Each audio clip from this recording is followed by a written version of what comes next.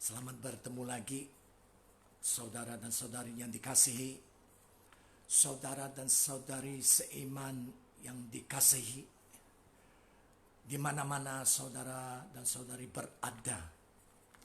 Selamat bertemu dan Tuhan memberkati dengan berlimpah. Saya Pastor Miller.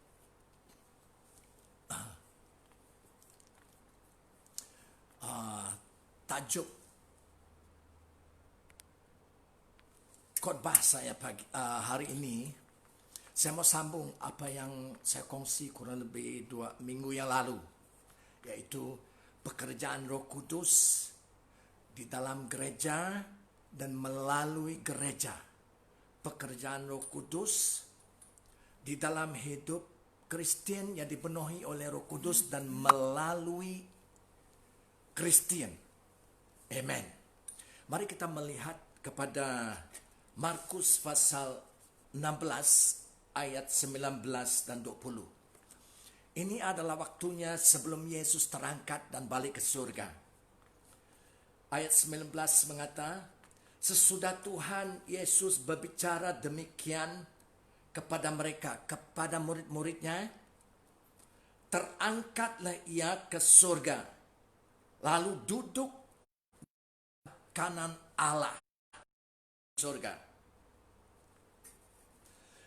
Ayat 20, mereka pun, yaitu murid-murid pun pergilah memberitakan Injil ke segala penjuru. Dan Tuhan turut bekerja dan meneguhkan firman itu dengan tanda-tanda yang menyertainya. Bagaimana Tuhan turut bekerja dengan mereka? Kalau Tuhan sudah terangkat dan balik ke surga, dan di surga oleh Roh Kudus, saudara. Haleluya. So, sekarang Allah berada di surga. Yesus juga di surga. Tetapi Roh Kudus berada di dunia ini. Dan alamat kediaman Roh Kudus adalah gerejanya yang dipenuhi oleh Roh Kudus. Kristen yang dipenuhi oleh Roh Kudus. Yesus mengata di dalam firman-Nya Yohanes pasal ayat 17, saya membaca. Oke. Ini kata Yesus kepada murid-muridnya, yaitu kamu dan saya sekarang. Yaitu Roh Kudus menyertai kamu dan akan diam di dalam kamu. Amen. Dan untuk apa? Kita bertanya untuk apa? Ayat 12 memberi jawabannya. Sebelum Yesus terangkat ke surga, ya. Yesus mengatakan kepada muridnya, ayat 12. Aku berkata kepadamu, sesungguhnya barang siapa percaya kepadaku. Percaya kepada siapa? Percaya kepada Yesus. Akan melakukan juga pekerjaan-pekerjaan yang aku laku. Wah, luar biasa. Apa? Siapa yang percaya pada Yesus akan melakukan pekerjaan-pekerjaan yang dia laku juga. Bahkan pekerjaan yang daripada itu. Sebab aku pergi kepada Bapa. Yes. So, bagaimana kita melakukan pekerjaan-pekerjaan yang Yesus laku? Bahkan lebih besar dari pekerjaan-pekerjaan ini, kata Yesus. Oleh Roh Kudus, saudara. Oleh Roh Kudus. Amen. Jadi, Kristen yang belum dibaptisan di dalam roh dan api, hari ini saya percaya sesuatu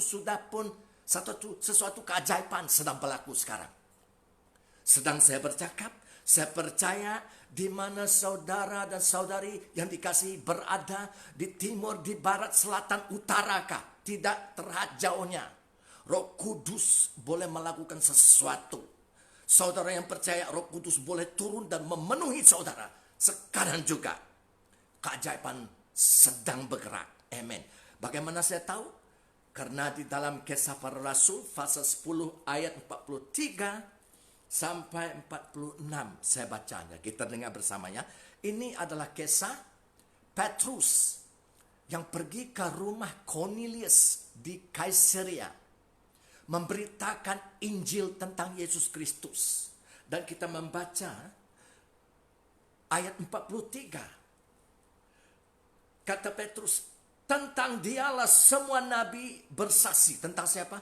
Tentang Yesus Kristus. Semua nabi bersaksi bahwa barang siapa percaya kepadanya, ia akan mendapat pengampunan dosa. Pada siapa kita percaya? Kepada Yesus akan mendapat pengampunan dosa oleh karena namanya, nama Yesus Kristus.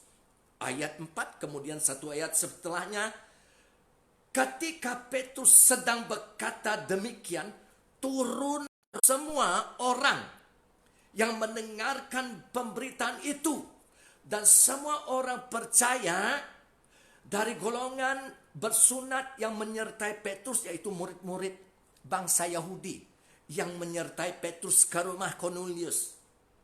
Tercengang-cengang karena melihat bahwa karunia Roh Kudus, yaitu pemberian Roh Kudus, the gift of the Spirit, dicurahkan ke atas bangsa-bangsa lain. Bukan bangsa Yahudi saja, bangsa-bangsa lain. Sebab mereka mendengar, bukan hanya melihat, mereka mendengar orang-orang itu berkata-kata dalam bahasa roh, bahasa yang diberi Roh Kudus untuk mengucapkan dan memuliakan Allah. Amen. Itu sebab saya mengatakan saat saya berkhotbah, saat saya memberitakan Injil, Roh Kudus sedang bergerak, tidak limited by space or time. Terhad dengan jarak jauh di mana saudara berada. Sentuhlah Roh Kudus, dan Roh Kudus boleh melakukan apa saja dalam kehendaknya sendiri. Amen. Haleluya. Jadi orang yang telah dipenuhi oleh Roh Kudus, kita yang telah dipenuhi oleh Roh Kudus, saya ambil inisiatif untuk pergi memberitakan Injil Yesus Kristus, yaitu melakukan apa Yesus telah lakukan apabila dia di bumi, di dunia ini dulu, ya. Oke. Tentang gereja, saudara. Gereja, bukannya berapa banyakkah ahli-ahli gereja di dalam satu denominasi itu? Bukan. Tetapi berapa ramaikah ahli-ahli gereja yang dipenuhi oleh Roh Kudus dan melakukan kehendak Yesus. Yakobus pasal 1 ayat 20 mengata, jangan menipu sendiri. Jangan hanya dengar firman Tuhan, tetapi menjadi pelaku firman Tuhan. Amin. Saudara, saya berdoa, lakulah firman Tuhan, dan saudara akan diberkati dengan berlimpah-limpah. Haleluya. Tuhan menggunakan manusia, saudara, untuk melakukan kehendaknya. Siapa? Manusia yang melakukan Tuhan. Tuhan menggunakan manusia yang percaya, yang dipenuhi oleh Roh Kudus untuk melakukan kehendak Tuhan yang baik. Mereka yang mau, mereka yang sudi, mereka yang available, yaitu mereka yang boleh didapati, mereka yang sedia ada, yang mau melakukan kehendak Tuhan.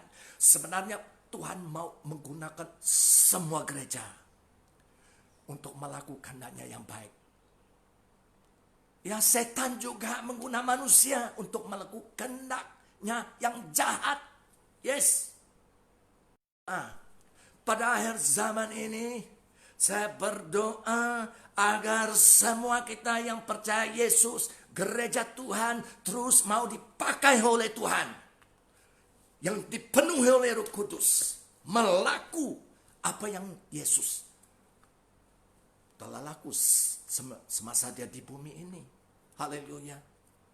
Kita sekarang diam di zaman akhir, saudara. Saya ingat kalau kita membaca di dalam Matius pasal 16 ayat 1 sehingga 3. Oke, yang mengambil nota tuliskan. Boleh rujuk sekali lagi nanti supaya diberkat lebih berlimpah. Tuhan dengan firman-Nya luar biasa. Matius pasal 16 ayat 1 sehingga 3 saya baca ya. Kemudian datanglah orang-orang Farisi dan Saduki. Ini pemimpin-pemimpin agama, ahli-ahli yang atasan di Israel, saudara. Orang-orang Farisi dan Saduki hendak mencobai Yesus. Mereka meminta supaya dia memperlihatkan suatu tanda dari surga kepada mereka. Mereka mau melihat satu tanda-tanda mujizat dari surga kepada kami, kata mereka, supaya kami percaya. Padahal Yesus sentiasa di bait suci dan mengajar dan melakukan mujizat, saudara. Dan di sini mereka mau tunjuk kepada kami tanda dari surga supaya kami percaya. Tetapi apa jawab Yesus? Tetapi jawab Yesus, pada petang hari karena langit merah, kamu berkata hari akan cerah. Wah, saudara, mereka tahu dari melihat tanda-tanda langit di atas sana, mereka tahu tentang cuaca yang baik ataupun buruk pada hari itu. Oke, ayat 3 mengata, Yesus terus mengata, dan pada pagi hari karena langit merah dan redup, kamu berkata hari buruk. Jadi mereka melihat tanda-tanda di langit, mereka tahu adakah hari itu baik ataupun buruk. Tetapi Yesus mengata, rupa langit kamu tahu membedakannya, tetapi tanda-tanda zaman tidak. Berartinya kamu tahu bila kamu melihat di langit itu tanda-tanda cuaca buruk kan cuaca baik. Tetapi tanda-tanda zaman kamu tidak tahu. Saudara, saya mau mengatakan di sini kebenaran ini Tuhan Yesus mau kita tahu tentang tanda-tanda zaman akhir. Adakah ini zaman pemulaan zaman ataupun pertengahan zaman ataupun akhir zaman? Yesus mau kita tahu. Di dalam 2 Timotius pasal 3 ayat 1, saya mau membaca ini supaya kita tahu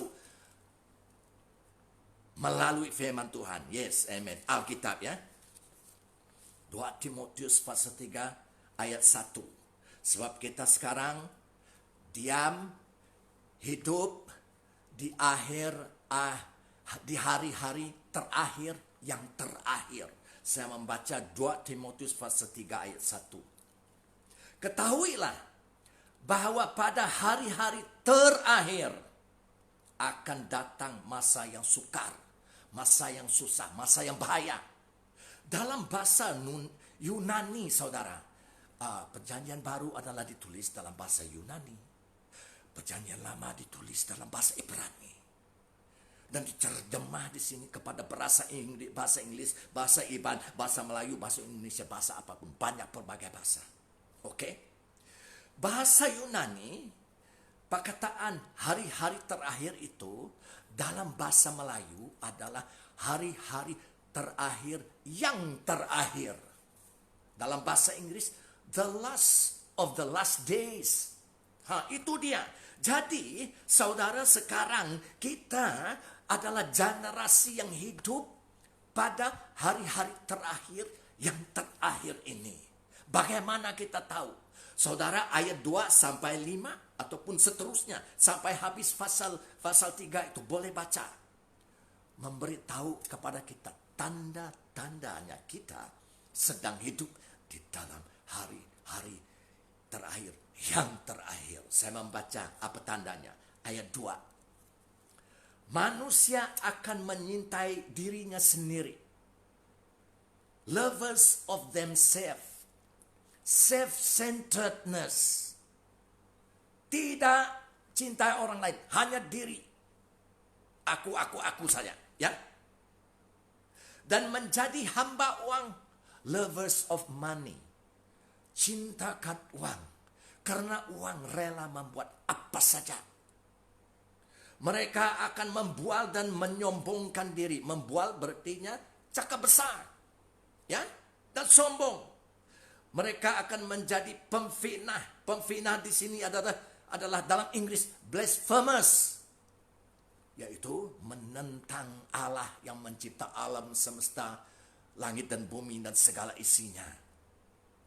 Mereka akan berontak terhadap orang tua, disobedient to parents. Tidak menurut, menentang ibu bapa, dan tidak tahu berterima kasih Abu. Ini true. Dan tidak suci, unholy, tidak kudus, tidak tahu mengasihi, unloving, tidak mau berdamai, unforgiving. Tidak mau mengampun, tidak mau berdamai. Benci, yaitu suka menjelek orang. Tidak dapat mengekang diri. Without self-control. Tidak dapat mengawal diri. Garang. Tidak suka yang baik. Berartinya mereka suka yang jahat. Suka mengkhianati. Traitors. Tidak berpikir panjang. Belagak tahu lah, belagak saudara. Tetapi tidak tahu sebenarnya. Lebih menuruti hawa nafsu dan daripada menuruti Allah.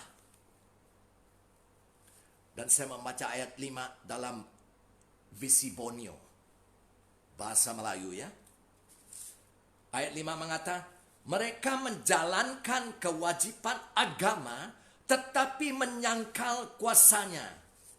Jauhilah mereka ini. Bukan dipisah, tetapi jauhilah mereka ini. Saudara, kita melihat, dalam ayat 12. Memang kata firman Tuhan, dalam pasal yang 3 yang sama, memang setiap orang yang mau hidup beribadah di dalam Kristus Yesus akan menderita aniaya. Will be persecuted. Yes. Sedangkan orang jahat dan penipu akan bertambah jahat. Mereka menyesatkan dan disesatkan. Yes. Ini kalau kita melihat di sekeliling kita, di merata dunia, ini tanda-tanda apa? Hari terakhir yang terakhir, saudara. Saudara dengan saya adalah generasi yang diam, yang dikatakan di dalam Alkitab 2 Timotius pasal 3 ayat seluruhnya semua di sana. Kita adalah generasi itu. Dan kita adalah hidup di dalam hari terakhir yang terakhir. Kita melihat tanda-tanda. Lihat, dengar berita sana sini. Amen. Ya. So, Tuhan Yesus juga mengatakan tentang hari-hari yang terakhir ini.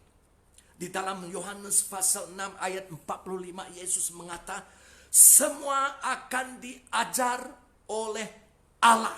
Itu kata Yesus.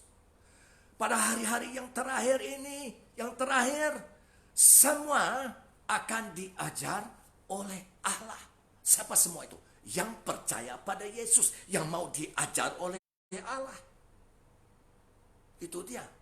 So, bagaimanakah Allah mengajar kita? Oleh Roh Kudus. Haleluya. Oleh Roh Kudus, saudara. Yes, amen. Kalau kita melihat, kita melihat kepada apa yang dilakukan Roh Kudus di dalam gereja, di dalam hidup kita, melalui kita, Yohanes pasal 14, maafkan saya, ayat 26, saya baca ya. Tetapi penolong, but the helper, penolong, itu betul bahasanya. Tetapi penolong, yaitu Roh Kudus. Tetapi penolong siapa? Penolong saya, yaitu Roh Kudus. Berarti saudara, senang saja. Tanpa Roh Kudus, kita tidak ada penolong. Oke, saya teruskan lagi. Renungkan itu. Tetapi penolong yaitu Roh Kudus yang akan diutus oleh Bapa dalam namaku, kata Yesus. Dialah yang akan mengajar segala sesuatu kepadamu. Siapa mengajar? Roh Kudus. Dan akan mengingatkan kamu akan semua yang telah kukatakan kepadamu. Saudara, kita membaca firman Tuhan. Saya membaca firman Tuhan. Perjanjian lama, perjanjian baru. Puluh-puluh kali. Lagi banyak kali saya lupa. Roh Kudus sentiasa mengingatkan saya. Firman Tuhan. Haleluya. Terima kasih Roh Kudus. Amen. Yes. Jadi dia adalah yang mengajar. Dia juga yang mengingatkan kita. Yes. Dia penolong. Ya. So, kita melihat pengajar. Saya mau mengatakan ini. Pengajar yang terbaik sekali. Di seluruh alam semesta. Roh Kudus namanya. Pengajar yang terbaik sekali. Roh Kudus. Yohanes pasal 16 ayat 13 lagi kita melihat apakah kuasa Roh Kudus di dalam hidup kita, melalui hidup kita, apa yang dilakukannya. Yohanes 16 ayat 13. Tetapi kata Yesus lagi, apabila ia datang, siapa? Yaitu Roh kebenaran. Roh Kudus juga dipanggil Roh kebenaran. Tahukah saudara, kebenarannya sini adalah Roh Kudus, adalah Roh kebenaran. Berartinya tanpa Roh Kudus kita tidak dapat hidup benar. Tidak dapat hidup betul. Karena Roh Kudus adalah Roh kebenaran, the Spirit of Truth. Ya. Dan lagi kita baca, ia yaitu Roh Kudus akan memimpin kamu ke dalam seluruh kebenaran. Seluruh kebenaran. So bagaimana? Apakah seluruh kebenaran? Yesus adalah kebenaran. Alkitab ini, firman Tuhan adalah kebenaran. Kalau tidak ada Roh Kudus, kita boleh baca firman Tuhan. Kita boleh panggil nama Yesus. Kita tidak mengenal siapa dia. Kita tidak paham, tidak menanggap kebenaran yang diberi Tuhan kepada kita. Sebab ia tidak sendiri, tetapi segala sesuatu yang didengarnya di surga, ya, dari Allah, dari Tuhan, itulah yang akan dikatanya, dan ia akan memberitakan kepadamu. Kepada siapa? Kepada kita, gerejanya. Dia akan memberitakan kepadamu hal-hal yang akan datang. Jadi kita melihat di sini Roh Kudus adalah yang mengajar, yang mengingatkan kita, dia memimpin kita dalam seluruh kebenaran. Dia adalah kebenaran, dia adalah penolong, dia memberitahu hal-hal yang akan datang. Dan banyak lagi saudara. Oke. Saudara, Rasul Paulus, Rasul Paulus seorang Farisi. Dia mengatakan sendiri. Berartinya Rasul Paulus adalah seorang yang sangat bijak. Orang Farisi adalah orang yang atas sekali dari bangsa Israel, saudara. Yang mengatasi sekali. Yang pelajaran tinggi. Penuh hikmat, pengetahuan, dan pengertian. Ya. Tetapi kita membaca Filipi pasal 3 ayat 10. Oke, saya membaca ayat 7 dulu. Filipi pasal 3 ayat 7 saya baca. Ini kata Rasul Paulus. Tetapi apa yang dahulu merupakan keuntungan bagiku. Apa merupakan keuntungan bagi dia? Kebijaksanaan, pengetahuan, pengertian dari pelajaran yang tinggi itu. Sekarang kuanggap rugi karena Kristus. Hebat itu bahasa. Ini kebenaran. Orang banyak tidak tahu. Tanpa Roh Kudus kita tidak tahu. Hanya dimengerti, dilihat, dan paham oleh Roh Kudus. Yes, amen. Dan ayat 10. Yang ku kehendaki ialah mengenal dia, kata Rasul Paulus. Mengenal siapa? Mengenal Yesus Kristus dan kuasa kebangkitannya. Yang kugandaki, kata Rasul Paulus, ialah mengenal Yesus Kristus dan kuasa kebangkitannya. Apakah kuasa kebangkitan Kristus? Siapa yang kematian? Roh Kudus, saudara. Roh Kudus, the Holy Spirit. Di dalam Roma pasal 8 ayat 11, tak payah baca, tulis. Roh Kuduslah yang membangkit Yesus dari mati, keluar dari kubur itu. Dan Rasul Paulus pula mengatakan di dalam kepada gereja Korin, di dalam 1 Korintus pasal 2 ayat 1, ya. Dia pergi pertama kali, dia pergi ke Korin, sebuah kota Korin itu, dia pergi dengan kuasa Roh Kudus. Oke, kita baca 1 Korin pasal 2 ayat 1.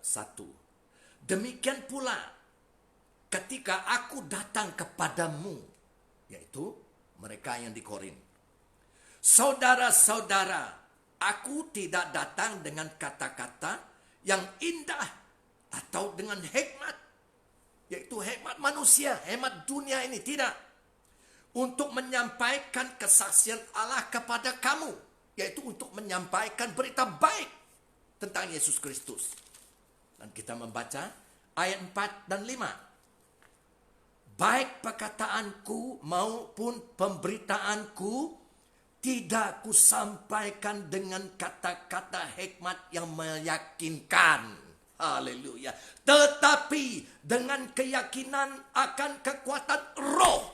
Apa itu?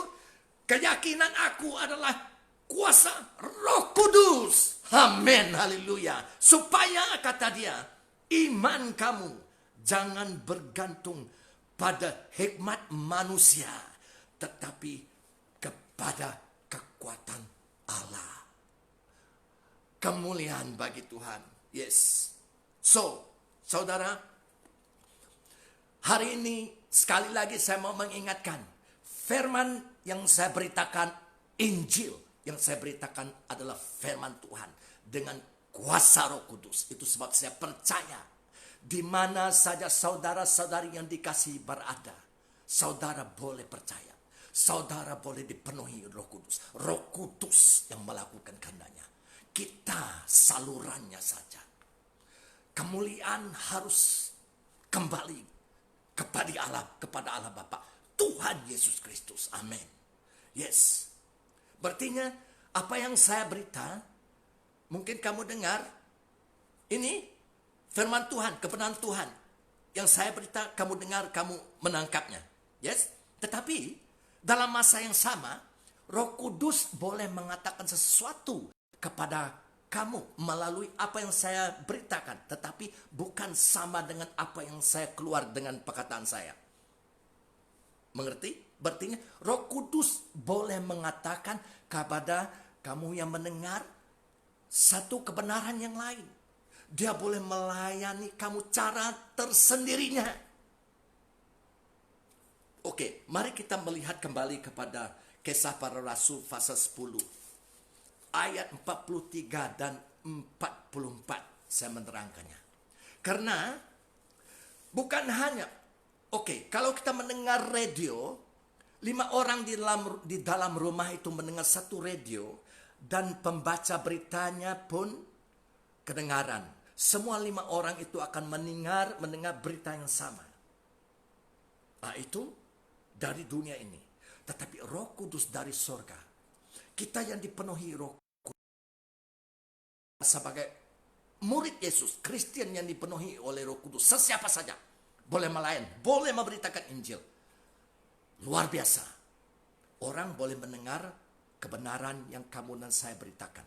Dalam masa yang sama, mereka boleh mendengar yang lain daripada yang keluar dari mulut kamu dan saya. Kenapa? Karena Roh Kuduslah yang mengatakan itu kepada mereka. Oke, saya mau membaca Kisah Para Rasul pasal 10 ayat 43 ini. Oke? Sekali lagi, di mana Petrus di dalam rumah Cornelius di Kaisarea. Oke, ini dia berita tentang Injil Yesus Kristus, tentang Yesus Kristus. Ayat 43. Tentang dialah semua nabi-nabi bersaksi bahwa barang siapa percaya kepadanya, percaya kepada Yesus, ia akan mendapat pengampunan dosa oleh karena namanya. Ayat 44. Ketika Petrus sedang berkata demikian, perkataan yang di dalam ayat 43 tadi. Sekarang lihat apa yang berlaku. Turunlah Roh Kudus ke atas semua orang yang mendengar pemberitaan itu. Semua orang yang mendengar pemberitaan apa? Ayat 43 tentang keselamatan dari dosa. Tetapi apa yang dilakukan Roh Kudus?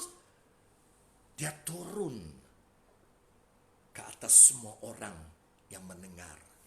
Bukan yang mendengar dari apa yang keluar dari mulut Petrus. Karena Petrus tidak mengatakan tentang Roh Kudus. Petrus tidak mengatakan dia tumpang tangan siapa yang mau menerima Roh Kudus. Siapa yang mau menerima baptisan Roh Kudus, saya berdoa untuk kamu. Tidak. Petrus hanya memberitakan di dalam Yesus ada pengampunan dosa. Itu dia. Jadi saudara, Roh Kudus ajaib. Kristen yang dipenuhi oleh Roh Kudus, gereja yang dipenuhi oleh Roh Kudus, bergerak dalam pelayanan Roh Kudus, ajaib. Ajaib. Yes, kita orang yang ajaib, luar biasa. Dulu biasa-biasa. Berarti saudara berulang kali, bila saya berkhotbah, memberita berita baik, berita Injil, ada orang mengatakan, sewaktu kamu berkhotbah, saya melihat penglihatan. Saya tidak ada bercakap tentang penglihatan. Saya merasa tubuh saya panas dan saya mulai bercakap dalam bahasa roh. Saya tidak mengajar dalam tentang Roh Kudus pun. Ada yang mengatakan, saya mendengar ini. Terima kasih karena saya mendengar kamu mengatakan sesuatu ini. Jadi saya tanya, apakah yang kamu dengar? Tidak ada saya mengatakan itu. Saya ingat pelayanan Roh Kudus. Roh Kuduslah yang menggunakan kamu dan saya sebagai saluran untuk menjamah dan menyentuh orang, mengubah orang, mengata apa yang Roh Kudus sendiri, cara tersendiri dia mau laku dan katakan kepada orang yang mendengar. Supaya Yesus Kristus dimulia. Supaya iman kita, kata firman Tuhan, tidak bergantung kepada manusia, tetapi kepada Allah, Tuhan. Amen. Haleluya. Saya pun berkobar-kobar ini. Haleluya. Oke. Saudara, Yesus mengatakan di dalam Yohanes pasal 6 ayat 63. Kata Yesus, firman yang kukatakan kepadamu adalah roh, yaitu Roh Kudus. Dan roh memberi hidup, bukan hidup manusia yang biasa, tetapi ini adalah hidup kekal, hidup surgawi, hidup yang berlimpah-limpah. Kehidupan firman dan roh tidak boleh dipisah. Apa yang kukatakan adalah roh. Berartinya firman itu diurapan oleh roh dan memberi hidup kepada orang yang mendengar. Orang sakit sembuh, orang yang dirasuk iblis bebas, yang lemah diperkuatkan. Ini pelayanan Roh Kudus. Kemuliaan bagi Yesus. Saya mau mengakhiri dengan beberapa ayat ini, saudara. Oke. Dalam Roma pasal 8, saya membaca Roma pasal 8 ayat 8. Oke. Mereka yang hidup dengan daging, dalam daging. Those who are in the flesh. Mereka yang hidup dengan keinginan daging, nafsu daging itu. Tidak mungkin berkenan kepada Allah. Cannot please God. Tidak dapat menyenang hati Allah. Tetapi kamu, siapa kamu ini? Kristen yang dipenuhi oleh Roh Kudus. Kamu tidak hidup dalam daging, melainkan dalam roh. Apa itu? Roh Kudus. Jika memang roh Allah, juga Roh Kudus. Jika memang roh Allah diam di dalam kamu, kita ya. Orang tidak memiliki Roh Kristus sama, Roh Kudus. Tetapi jika orang tidak memiliki Roh Kudus, ya bukan milik Kristus. Ayat 11. Dan jika roh dia, roh siapa? Roh Allah, yaitu Roh Kudus juga, yang telah membangkitkan Yesus dari antara orang mati. Nah, itu sudah saya sebut tadi. Roh Kudus yang membangkit Yesus dari antara orang mati. Jika Roh Kudus yang telah membangkit Yesus di antara orang mati diam di dalam kamu, kita, maka ia, yaitu apa? Roh Kudus yang telah membangkit Kristus Yesus di antara orang mati akan menghidupkan juga tubuh yang fana itu oleh rohnya di dalam kamu.